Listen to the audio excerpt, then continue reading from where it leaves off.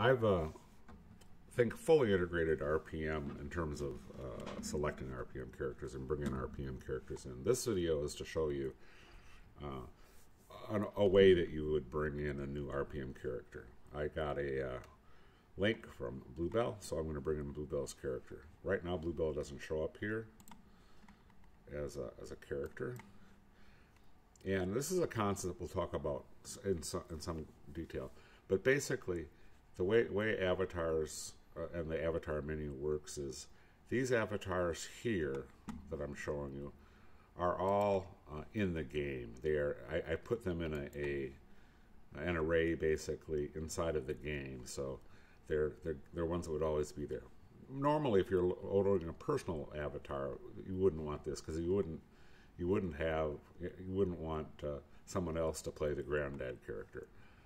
So because of that, I already had the approach to it. I did it this way just to do some testing when he gave me your avatars.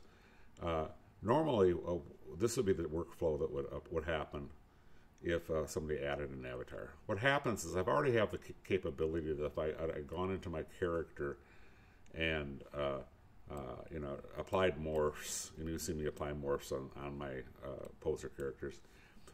Then you could save that morphed character, and what it does is it would add it to the bottom of the menu. So it would add the characters that belong to you at the bottom. And right now, it doesn't even store it up in the database. It stores it on your PC.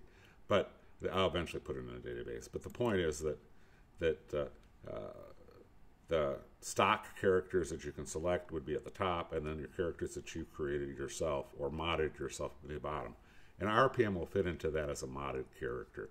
So if you bring in the future, if you bring in an RPM character, it will be added to the bottom as a new character. It's only your personal character that only you can see.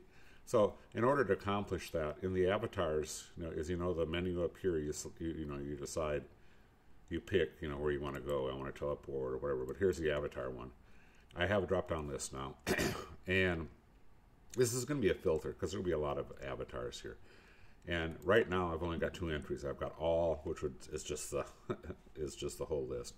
I will probably have filters for RPM characters and poser characters and my characters. So there might be like 3 or 4 filters. At the bottom of it is like a lot of these kind of, when you have a menu like this, is new RPM.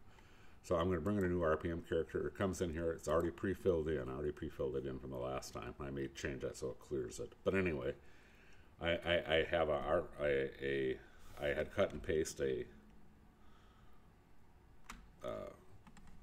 URL to the GLB file and then an avatar name. So I'm going to name type this in and said avatar. And you say add RPM avatar.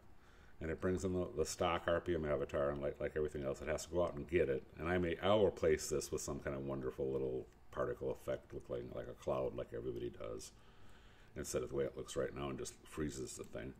But anyway, there's Bluebell's character, so we're gonna have to take a picture of that and put it out there.